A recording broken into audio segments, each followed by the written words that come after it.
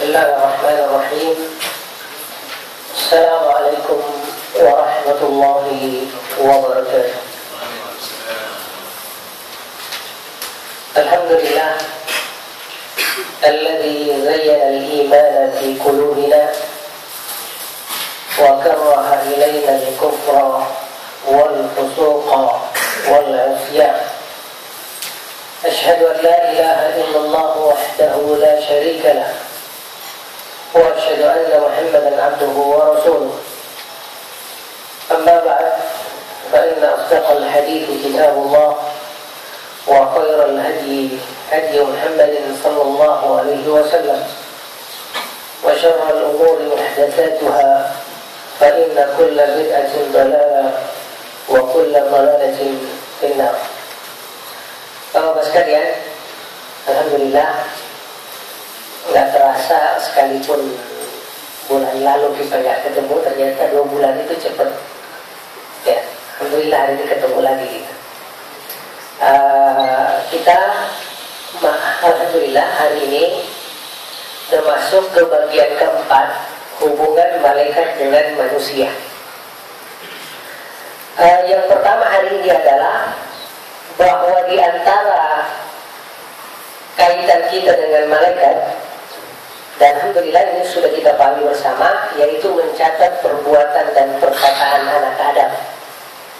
Ya, ini sudah sering kita dengarkan. Ya. Nah, seperti ini kita lihat misalnya di surah Al-Infitar, ya, wa inna alaikum lahafidhin. Kalian semua, kata Allah, lahafidhin, punya yang malaikat-malaikat yang menjaga. Kiraman, mereka itu adalah makhluk Allah yang mulia, katibina, sekaligus mencatat. Ya'lamuna ma taf'alun. Malaikat itu sangat tahu apa yang sedang kalian lakukan. Nah, di surah Qaf juga, ya, kita temukan ladaihi raqibun atid. Pada setiap manusia ada ladaihi, di sisinya raqib. Raqib yang senantiasa memonitornya, atid yang senantiasa mencatat perbuatannya. Nah, coba yang dilakukan oleh Allah Subhanahu wa Ta'ala. Bahkan termasuk pelanggaran yang kita lakukan itu, kita menemukan riwayat bagaimana malaikat begitu sayangnya sama kita, sampai Rasulullah SAW mengingatkan, malaikat sampai tidak langsung mencatat keburukan kita demi menunggu kita taubat apa tidak. Nggak langsung dicatat. Nah, bisa kita lihat di riwayat yang ada di lembaran kita itu, kita baca sama-sama. An Abi Hurairah radhiyallahu anhu عن النبي صلى الله عليه وسلم قال إن العبد لا يتكلم بالكلمة من رضوان الله لا يلقي لها بالا يرفعه الله بها درجات وإن العبد لا يتكلم بالكلمة من سخط الله لا يلقي لها بالا يهوي بها في جهنم. Rawahul Bukhari.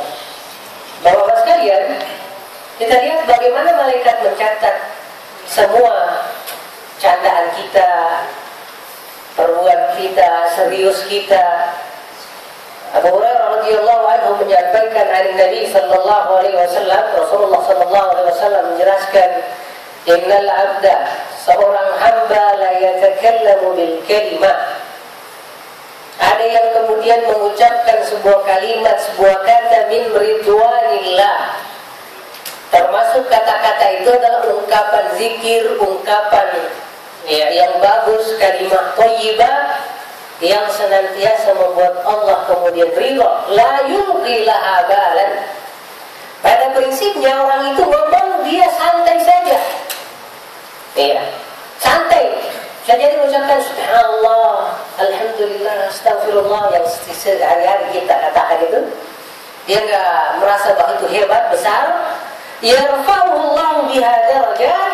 Ternyata di sisi Allah Subhanahu wa taala gara-gara kata itu, gara-gara kalimat itu, derajatnya terangkat luar biasa di sisi Allah Subhanahu wa taala itu. Itu candaan. Subhanallah ya akhi.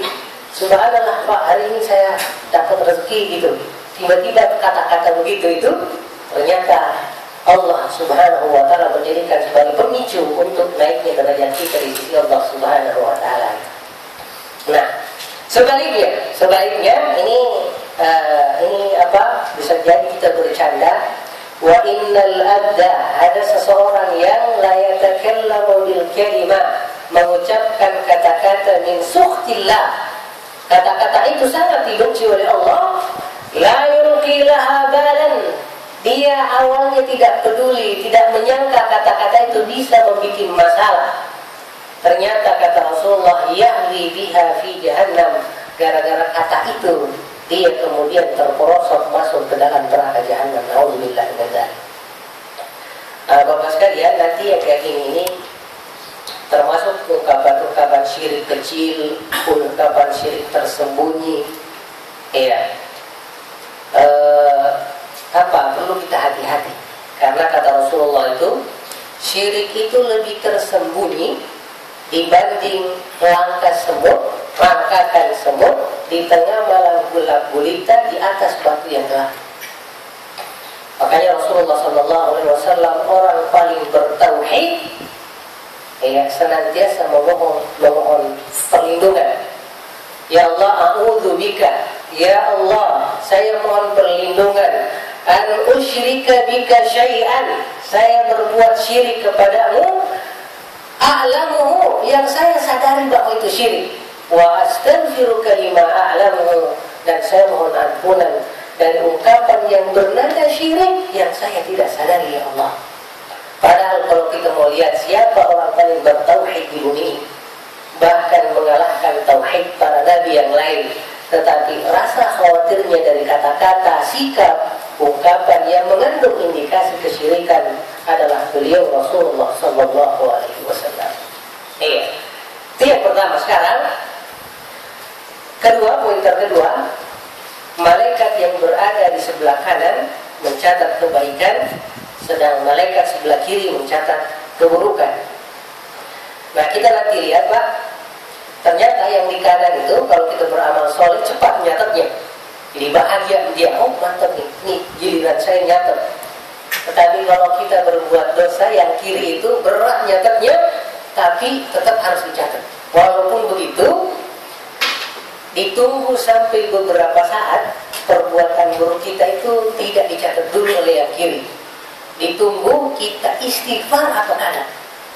Kalau nanti nggak istighfar, baru kemudian dengan berat hati malaikat mencatatnya. Coba kita lihat bacaan sama-sama. An Abi Umamah an Rasulullah sallallahu alaihi wasallam qala inna sahib al-shimal la yarfa'ul qalam 6 ساعات عن العبد المسلم المخطئ أو المسيء فإن ندم واستغفر الله منها ألقاها وإلا كتبت واحدة. Nah, kita lihat ini salah satu aktivitas malaikat pencatat keburukan di sebelah kiri yang disampaikan oleh Rasulullah. Nabi Umamah, dari Nabi Umamah, an Rasulullah sallallahu alaihi wasallam qala, Rasulullah menjelaskan inna sahib asy-shimal, sungguh malaikat yang ada di sebelah kiri, la yarfa'ul qalam, mengangkat penanya tidak mencatat keburukan kita sita saat, sampai dikatakan di sini 6 jam. 6 jam. Anil abdil muslim, dari seorang hamba muslim al-mukhti yang sedang bersalah, berdosa, al-musi yang berbuat jelek, fa inna diba, manakala dia menyesali tadi perbuatan buruknya, kata Nabi Ma'iba, ini perbuatan hati dulu. Lalu kedua, wastaghfara, lalu lisannya mengucapkan istighfar, mohon ampun, maka alqaha, kata Rasulullah, malaikat itu kemudian tidak mencatat sama sekali. Wa illa, tetapi manakala dia enggak istighfar, kutibat wahidah, barulah kemudian ditulis, itu pun ditulis cuma satu. Iya. Alhamdulillah, itu rahmat Allah. Iya. Kebaikan 10, keburukan hanya 1. Bahkan ada ini, kalau kita sudah melakukan dosa tertentu, setelah itu kita menyesal, bagaimana sebaiknya sampai ada namanya sholat taubat itu kan? Jadi kita pergi wudu, istighfar, lalu kemudian sholat taubat 2 rakaat. Selama insya Allah kita khusyuk sampai di akhir, itu adalah penghapus dosa yang sudah kita lakukan. Itu ada. Nah, sekarang malaikat juga mencatat aktivitas hati manusia. Nah, ini luar biasa ini. Ternyata malaikat oleh Allah diberikan kemampuan untuk mengetahui isi hati kita. Iya, tahu isi hati kita. Nah, kalau Rasulullah sallallahu alaihi wasallam menegaskan, qala Allah azza wa jalla, Allah Subhanahu wa taala menyatakan, berarti ini hadits qudsi. Iya. Idza hamma 'abdi bihasanah, kalau ada seorang hambaku hamma bihasanah, muncul di dalam benaknya ingin berbuat baik. Ini Pak, mohon diperhatikan, kata hamma itu adalah pikiran yang muncul tiba-tiba. Aduh, kayaknya hari ini saya kepengen sedekah nih. Aduh, kayaknya mau ziarah hari ini. Pokoknya apa saja yang muncul di dalam diri kita, sifatnya kebaikan, itu disebut hamma. Nah, dari jamaknya begini, humum. Nah, dari hamma ini adalah sesuatu yang mulai menyiksa perasaan. Iya. Makanya kalau ada persoalan bikin kita, waduh, ternyata masalah ini bikin susah diselesaikan, membuat perhatian kita makin terkuras, itulah namanya dalam bahasa Arab ihtimam, dikasih perhatian, fokus. Iya. Makanya kita itu selalu diajarkan Rasulullah memohon dari pikiran yang disibukkan oleh yang jelek. Allahumma inni a'udzubika minal hammi. Ya Allah, tolong lindungi aku dari alham, pikiran-pikiran buruk, wal ajaz, dan rasa lemah tak berdaya, wal kasal, juga kemudian dari rasa malas. Itu ada semua, alhamdulillah. Nah, di sini hamma 'abdi bihasanah, kalau ada seorang hambaku tiba-tiba muncul di pikirannya berbuat baik, walam ya'malha, namun dia tidak melakukannya, hanya pikirannya saja, katabtuha lahu hasanah, kata Allah, saya catat untuk dia satu. Jadi Bapak sekalian, kalau kita orang yang imannya bagus, muncul di pikiran kita tuh banyak sekali. Kepengen silaturahmi, kepengen ngajarin orang hadis, kepengen ngajarin orang satu ayat Quran, kepengen semua orang baik. Bahkan kita sedih ngelihat orang gak jilbaban, kita sedih ngelihat orang kemudian tidak sholat. Itu semua ternyata langsung tercatat sebagai pahala. Itu luar biasa. Itu baru terbetik di pikiran kita. Karena apa? Kalau bukan keimanan, susah memunculkan pikiran-pikiran yang baik. Ya, alhamdulillah.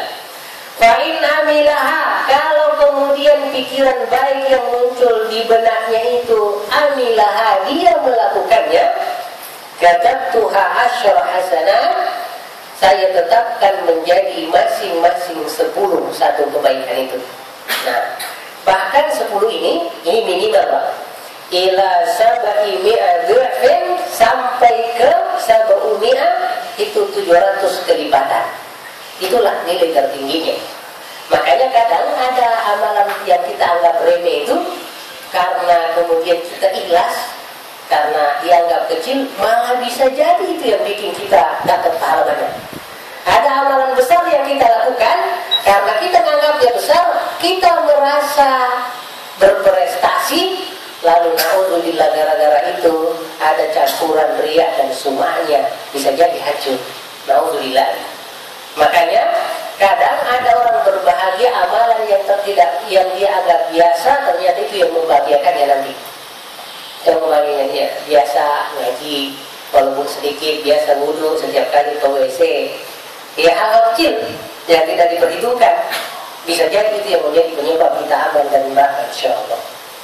Iya. Wa idza hamma bi sayyi'ah, manakala dia muncul pikiran buruk, walam ya'malha, namun dia tidak melakukannya, lam aktubuha alaihi, saya tidak nyatet sama sekali. Nah inilah rahmat Allah, Pak. Jadi kalaupun muncul di pikiran kita kepengen korupsi, namun tidak pernah kita lakukan, itu tidak tercatat, nggak masalah. Muncul pikiran kita mau mencuri, kita tidak melakukannya, tidak dicatat oleh Allah. Alhamdulillah, rahmat Allah yang luar biasa. Kalau itu semua tercatat, kita bermasalah. Nah, fa'inamilah, manakala dia melakukannya, kata Tuhan saya wahidah, hanya satu ketika dia melakukannya. Bapak sekalian, ini perlu dijelaskan. Masih ingat gak pembahasan kita dulu? Ada kelompok nanti kaum muslimin itu namanya kelompok zalim. Zalim ini adalah kelas muslim pemula. Jadi minim ilmu, minim amal. Kalau meninggal dalam kondisi begini, tidak syirik, ya walaupun bisa jadi dia masih banyak bid'ahnya, lalu meninggal. Ketika meninggal ada 3 kemungkinan. Pertama, bisa jadi dia dapat syafaat, masuk surga, atau keburukannya sama kebaikannya sama, ya. Nah, kalau kebaikan dan keburukannya sama, inilah nanti yang dianggap di akhirat itu berada di lorong namanya Al-A'raf. Ini pernah kita bahas dulu, surah Al-A'raf ayat 32. Iya, karena sama kebaikan keburukannya, nggak pantas masuk surga, juga nggak pantas masuk neraka. Tetapi dibiarkan berada di atas lorong antara surga dan neraka, namanya Al-A'raf. Artinya kenapa begini? Orang ini kok bisa seimbang kebaikan dan keburukannya, padahal ketetapan Allah dan rahmatnya menyatakan satu kebaikan yang kita lakukan dilipatkan 10 kali minimal, ya kan? Minimal nih. Bahkan sampai 700 kali. Malah keburukan satu kita kerjakan toh terhitung 1. Berarti kalau kita mau pikir, dia 10 kali berbuat jahat, baru sekali berbuat baik. Kita perlu memikirkan, nauzubillah kalau hidup kita begitu, Pak. Masa sholat 5 waktu kita tidak mampu membereskan dosa harian kita, nauzubillah. Masa kemudian ngaji kita tiap hari tidak mampu membersihkan kemudian dosa harian kita. Masa sampai Jumatan kita tidak mampu menghapus semua akumulasi dosa harian dalam sepekan. Masa kemudian dalam sepekan itu sampai menjadi 42 dalam setahun, ya. Ada Ramadan kok tidak terhapus dosa-dosa akumulasi tahunan kita, nauzubillah. Makanya kata Rasulullah, siapapun masuk Ramadan tidak dia jadikan sebagai sarana mensucikan dirinya, kawaladatu yawma ummi, kayawma waladatu ummu, seperti hari pertama dia keluar dari perut ibunya bersih, maka orang itu orang jahat, nauzubillah. Karena apa? Hadiah tahunan itu di dalamnya ada Lailatul Qadar melebihi 1000 bulan. Jangankan hari, bulan kalah. Tetapi na'udzubillah, kita sudah dikasih media oleh Allah, dikasih salat 5 waktu, ada sunnahnya, ada qiyamul lailnya, ada ngajinya, ada zikir pagi petangnya, dan sebagainya. Na'udzubillah kalau kita masih bisa rugi begitu, itu masih sama. Na'udzubillah. Nah, Bapak sekalian, sekarang malaikat juga berperan dalam rangka menguji manusia. Coba kita lihat, karena malaikat itu mohon maaf adalah pegawai Allah. Terkadang datang menguji. Apa bentuk ujiannya? Ini hadisnya panjang sekali, ya. Kita ringkas saja, diceritakan gini. Kejadian ini di dalam riwayat Muslim, di Bukhari pun ada, Sahih Bukhari ada. Ini riwayat ini adalah riwayat tentang Bani Israel. Ada 3 orang. Pertama, orang ini ada yang penyakit berkulit belang. Ya, saya sendiri pernah nggak bapak-bapak dengar namanya penyakit sopa? Jadi penyakit kulit, bukan panu, tapi mirip panu itu. Jadi belang-belang gitu, nggak enak lihatnya. Iya, jadi kulitnya kayak gitu, banyak panunya. Ada juga yang botak kepalanya. Iya, botak ini ya nggak tumbuh rambutnya. Ada juga yang buta, orang buta.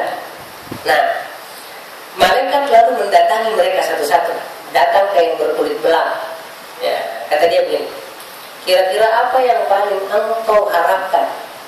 Kata dia, ya kalau saya sih kepengen supaya kulit saya balik mulus lah kayak dulu, kalau indah, nggak ada penyakitnya. Kata malaikat, baiklah, kalau itu adalah harapanmu supaya orang nggak jijik kepadamu, Allah mengembalikan kulitmu menjadi bagus, mulus, halus. Akhirnya benar. Nah, lalu kemudian setelah itu, setelah disembuhkan, ditanya, Pak, kira-kira hewan apa yang paling engkau sukai? Kata dia, onta atau sapi. Akhirnya dikasih salah satu, dikasih onta atau sapi. Nah, lalu kemudian kata malaikat ini, semoga Allah memberkahimu, berkah hidupmu, berkah pula kemudian ontamu, sapimu itu. Setelah itu dia datang ke yang orang kedua, orang botak. Nanya ke yang botak ini, kira-kira apa yang kamu inginkan di hidup kamu ini? Kata dia, kepengen sih punya rambut kayak orang lain, biar nggak dihina mulu. Rambut aja lah. Kata dia, oke. Permintaanmu itu dikabulkan. Akhirnya normal kembali, Pak. Setelah itu ditanya, kamu kepengen hewan apa kira-kira? Karena zaman itu hewan ya, belum ada perusahaan kayak hari ini. Oh enggak, misalnya kayak lemak satu gedung, enggak, belum. Masih hewan, masih ternak. Ya. Nah, lalu kemudian kata dia, ya, malaikat mengusap kepalanya, lalu kemudian rambutnya tumbuh kembali. Lalu dia ditanya, kamu kepengen apa? Kata dia, sapi aja. Nah, dikasih sapi yang bunting sehingga cepat melahirkan. Nah, lalu didoakan. Setelah itu datang ke yang orang buta. Orang buta ini sama pertanyaannya, wahai orang buta, kira-kira dalam hidup kamu ini apa yang paling engkau harapkan? Kata dia, ya aku pengen ngelihat biar dunia ini terasa indah. Ya, kata dia, oke lah. Dipegang, ya, matanya, lalu alhamdulillah dengan izin Allah sembuh, bisa terlihat. Ya, ditanya lagi, kamu kepengen ternak apa? Iya. Ya, kata dia, ya terserah. Nah, kira-kira apa yang bagus? Iya. Nah, lalu kemudian dikasih kambing. Nah, beberapa waktu berlalu, ya, unta mereka, sapi mereka, kambing mereka, semuanya kemudian berkembang dengan baik. Ada istilah Arab, Pak, dulu kekayaan orang Arab itu kan ternak ya, diantaranya.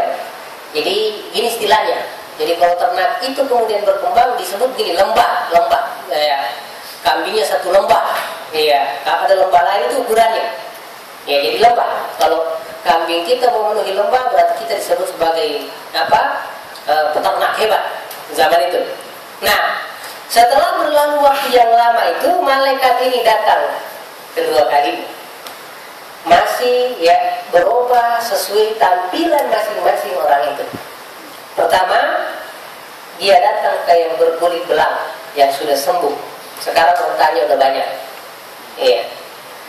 Dia datang dengan tampilan persis seperti ketika malaikat itu datang dulu untuk menyembuhkannya. Dia bilang, wahai Pak, saya sangat butuh. Kulit saya begini, dihina orang di mana-mana. Orang jijik melihat saya. Kira-kira tolong dong dibagikan dikitlah harta yang dikasih oleh Allah itu, entah kamu bagilah. Ya, kata dia, waduh banyak alasannya Pak. Saya ini juga capek juga ini ngurusin semua ini sampai bisa begini. Ya, pokoknya enggak, intinya enggak. Akhirnya kata malaikat, masih ingat enggak kamu dulu ada orang datang ke kamu nawarin kamu apa yang engkau suka? Kata dia, masih ingat? Iya. Kata dia, itu adalah saya. Sekarang karena aku tidak mensyukuri, dicabut kembali semua itu, kembali normal. Nauzubillah. Kembali ke yang kedua, datang ke orang yang botak. Dia pun malaikat ini berubah dengan orang yang botak mirip kayak dia dulu. Iya, datang. Kata dia, wahai Pak, saya lihat engkau dikaruniai oleh Allah yang luar biasa. Saya ini adalah orang botak, saya dihina di mana-mana. Tolong dong bagi hatinya karunia Allah itu. Sama kayak pertama, banyak alasannya. Nauzubillah, banyak alasannya nggak mau ngasih. Akhirnya dikasih tahu, masih ingat nggak kamu dulu waktu masih botak ada yang datang kepadamu? Iya ingat, itu adalah saya. Kini ternyata engkau pun tidak bisa simpati ke orang yang sama dengan engkau dulu itu. Tidak mampu merasakannya, tidak bersyukur dengan nikmat Allah. Akhirnya dicabut kembali. Kembali dia seperti sedia kala. Nah baru terakhir datang ke orang yang buta. Orang buta ini, malaikat itu datang dengan tampilan buta seperti dia dulu. Ya. Kata dia, wahai Sayyidi, wahai tuanku, seperti yang kau lihat saya nggak bisa melihat. Saya nggak punya apa-apa. Dan engkau ternyata telah dikaruniai oleh Allah Subhanahu wa Ta'ala rezeki yang banyak. Tolonglah bantu aku. Ya. Kata dia, oh iya, saya juga pernah buta seperti kamu dulu. Alhamdulillah Allah ngasih sesuatu yang membuat saya bisa melihat hari ini. Silahkan lihat, ya. Silahkan berapa yang kau butuhkan. Ya, silahkan ambil saja berapa yang kau butuhkan. Ini saya sudah punya banyak. Nah, kata dia malaikat ini, terima kasih banyak. Kamu ingat gak dulu siapa yang ada orang datang pas kamu buta? Kata dia, ingat. Kata dia, itu saya adalah malaikat utusan Allah Subhanahu wa Ta'ala. Ternyata engkau adalah orang yang bersyukur. Insya Allah harta kamu, diri kamu akan berkah insya Allah karena kesyukuranmu. Akhirnya didoakan kembali supaya semuanya jadi lebih berkah, semuanya berkembang, dan dia pun senantiasa taat kepada Allah Subhanahu wa Ta'ala. Bapak sekalian, kita lihat peranan malaikat terkadang, nauzubillah, kadang seperti itu. Kadang kita dengarkan ada pasar kepingin terbakar itu kan, pasar mau terbakar, sering ada orang cerita begini. Tadi ada orang datang aneh gitu, nggak tahu dari mana, nanya-nanya begini, nggak lama setelah itu kebakar Pak, rumahnya, apanya gitu. Kita susah mendeteksi yang itu karena memang nggak ketahuan. Karena mereka datang, malaikat datang itu sesuai dengan tampilan manusia biasa, nggak ada bedanya. Mohon maaf sampai ketika kemudian malaikat pencabut nyawa disuruh datang mencabut nyawanya Nabi Musa, karena dia berubah jadi manusia biasa Pak. Dia masuk ke rumah Nabi Musa nggak minta izin. Dan kita tahu Nabi Musa itu, ya al-Gujo juga Pak. Akhirnya malaikat itu gara-gara masuk nggak minta izin, dipok, buta matanya Pak. Malaikat. Hanya dia balik ke Allah, ya Allah. Malaikat yang lapor, saya buta nih. Ya kenapa? Ditampar sama Nabi Musa. Kata dia, emang kenapa? Dia nggak tahu. Ya ternyata dalam Islam Pak, kalau ada orang ngintip rumah kita begini ke dalam, tajam, seolah-olah mencari sesuatu nggak minta izin, itu ketika kita lempar kena matanya buta, kita nggak bertanggung jawab di pengadilan. Karena memang nggak boleh menatap ini orang. Makanya disunahkan ketika masuk ke rumah salam, ya kan? Ketuk-ketuk. Bahkan hanya 3 kali, tak tak tak, bel juga cuma 3 kali. Lebih dari itu kalau nggak ada izin pulang aja. La tadkhulu buyutan ghayra buyutikum di surah Nur. Jangan kalian masuk ke rumah siapapun bukan rumahmu. Ya, sebelum kalian tastanisu wa tusallimu ala ahliha sebelum salam. Itu pun kita udah salam, kita nggak boleh di depan pintunya gini, nggak, minggir ke kiri ke kanan, pas kebuka nanti kita nggak lihat ke dalam. Kalau kebuka, orang bilang belum masih pakaiannya belum nggak benar, dan sebagainya. Nah, malaikat itu lapor hanya datang kalau dibalikin matanya kayak kamu nggak minta izin dulu masuk ke rumah orang ya, buka itu konsekuensinya. Ya gitu. Malaikat, ya kan malaikat nggak tahu kalau di malaikat kan nggak lapor ya.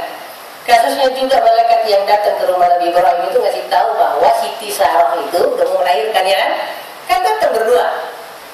Sampai capek Nabi Ibrahim sama istrinya itu nyiapin pak makanan hebat itu. Sampai ja'a bi ijlin samin, anak sapi yang sapi muda itu yang ditamu sampai gitu dijamu. Sampai kata Nabi Ibrahim, kok gak ada yang makan dan minum? Ini kan sudah menarik banget yang saya miliki. Kata dia, wahai Nabi Allah Ibrahim, kami ini bukan manusia. Kami ini malaikat bentuknya doang. Bahkan sebelum ngomong begitu, fa'aujasa fi nafsihi khifah. Sampai Nabi Allah Ibrahim sempat takut. Ini manusia bukan, ya? Kok gak makan-makan? Kalau kita kan nggak begitu cerita kita itu kan. Kalau ketemu di jalan orang nggak kakinya sampai di tanah, lari aja ini. Ini sampai pak di tanah sampai duduk di depan kita, cuma nggak mau makan atau minum. Padahal ini luar biasa pak. Menunya menu hebat. Sapi muda pak. Kalau orang Indonesia kayak sate kali itu ya. Sebagai tapi kok nggak tertarik? Karena apa? Ketika mereka datang nggak ngasih tahu, nabinya nggak tahu. Kalau malaikat Jibril datang, dia berupa tahiyatul qalbi. Kadang datang nih malaikat, tahu ya. Bahkan kadang salam. Nih malaikat Jibril salam sama kamu wahai Aisyah. Gak kelihatan itu. Kata Aisyah, benar tak? Malaikat Jibril salam sama saya, Rasul benar. Rasul lihat kan? Aisyah gak lihat. Alhamdulillah. Bisa disalami sama malaikat kayak gitu. Nah ini diantara kegiatan malaikat. Jadi mereka dengan kita adalah sangat real. Hanya orang-orang berimanlah yang mampu merasakan keberadaan mereka dan menjadikan mereka sebagai teman untuk menuju Allah Subhanahu wa Ta'ala. Nanti bulan depan kita akan jelaskan bagaimana pekerjaan mereka ketika mencabut nyawa manusia. Kalau kafir ditarik aja kayak gini tuh nggak mikir-mikir pak. Bahkan sebelum dicabut ditakut-takuti mati lontar masuk neraka meronta kayak begitu. Kalau giliran orang beriman malah dipelan-pelanin. Bahkan malaikat Nabi itu kayak tadi yang saya ceritakan Nabi Musa mau dicabut ditanya pak. Dia udah mau balik mau di sini. Masih sejenak di sinilah. Balik lagi ke Allah ya Allah. Nabinya masih mau di sono belum mau balik sama engkau. Ditanya pak. Nabi itu ditanya sampai gitu penghormatan malaikat sama Nabi. Jadi meninggalnya milih. Makanya kalau meninggal milihnya kalau di situ nggak bisa dipindahkan. Rasulullah itu meninggal di pangkuan Aisyah di kamarnya. Ya di situ kuburannya nggak bisa dipindahkan. Karena itu adalah pilihan. Itu adalah keputusan dari orang yang dicintai Allah dikasih kebebasan karena orang paling amanah menyampaikan wahyu. Melaksanakan syukur sujud dengan tingkat yang luar biasa. Ya mudah-mudahan insya Allah kita bisa berteman sama malaikat. Nggak butuh kita kesaktian itu nggak usah. Perbaiki ibadah tulus sama Allah pasti sakti kan? Itu pasti. Kenapa? Itu janji Allah. Daripada nyari kesaktian di sana banyak mahalnya pak.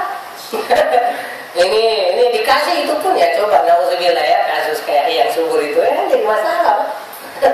Makanya itu karena jadi kesaktian nggak benar.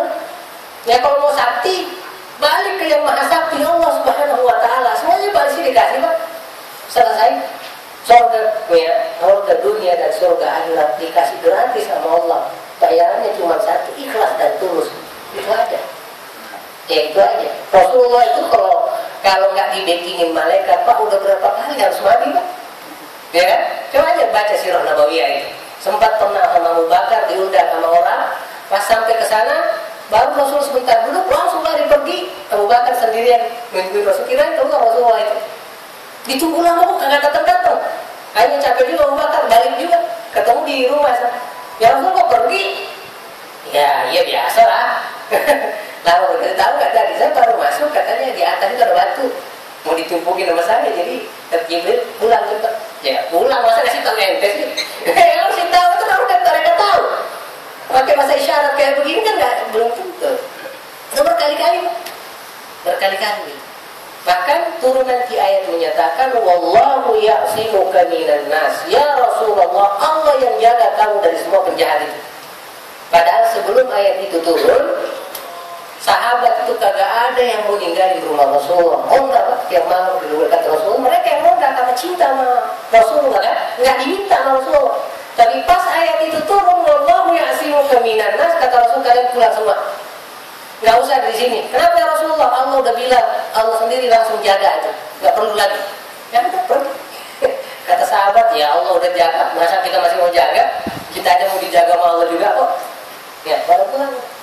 Jadi, insya Allah kita nggak perlu cari karomah, nggak perlu.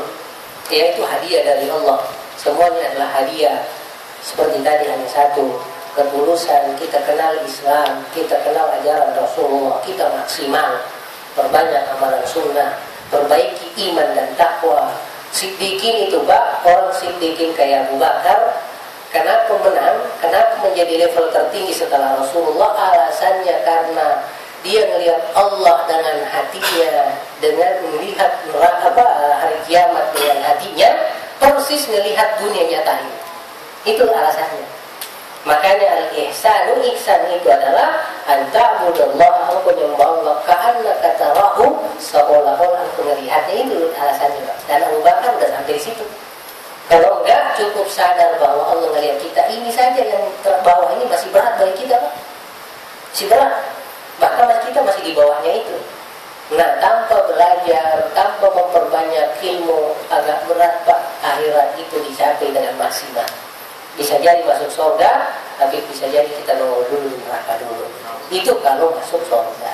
Makanya, insya Allah, dengan bersama begini, semoga surga itu makin mudah kita kejaki. Karena ada yang saling mengingatkan, insya Allah. Ya, sebagai penutup, ada sedikit alhamdulillah, setelah lama kita kajian begini, hanya beberapa kajian kita itu saya sekaligus tulis utuh, tidak lagi parsial. Alhamdulillah karya pertama ini udah cetak kemarin bulan 2, 1000 jalan menuju tahun. Alhamdulillah karya kedua sudah finishing dan sebentar dipercetakan, mohon doanya supaya segera diterbitkan. Judulnya Energi Spiritual Al-Fatihah. Ya, jadi pendekatannya tafsir, tapi banyak lari ke tauhid, banyak lari ke hidayah, banyak lari ke taufik. Itu adalah penjabaran langsung dari rahmat Allah yang ada di sini, karena ampunan adalah rahmat Allah. Nah, rahmat itu dibahas secara luas di Ar-Rahmanir Rahim. Ya, mudah-mudahan insya Allah setelah itu nanti, dan ya saya mulai work lainnya yang ketiga, insya Allah tentang tingkatan kaum beriman dan bertakwa. Mudah-mudahan itu nanti lebih seru. Ya Bapak sekalian, kalau ada yang berminat di luar itu ada di pendidikan sepatu. Ya cukup sampai di sini. Semoga kita diampuni oleh Allah Subhanahu Wa Taala, diberikan taufiknya. Adanallahu wa iyyakum ajma'in. Subhanakallahumma wa bihamdik, asyhadu an la ilaha illa anta wa astaghfiruka wa atubu ilaik. Assalamualaikum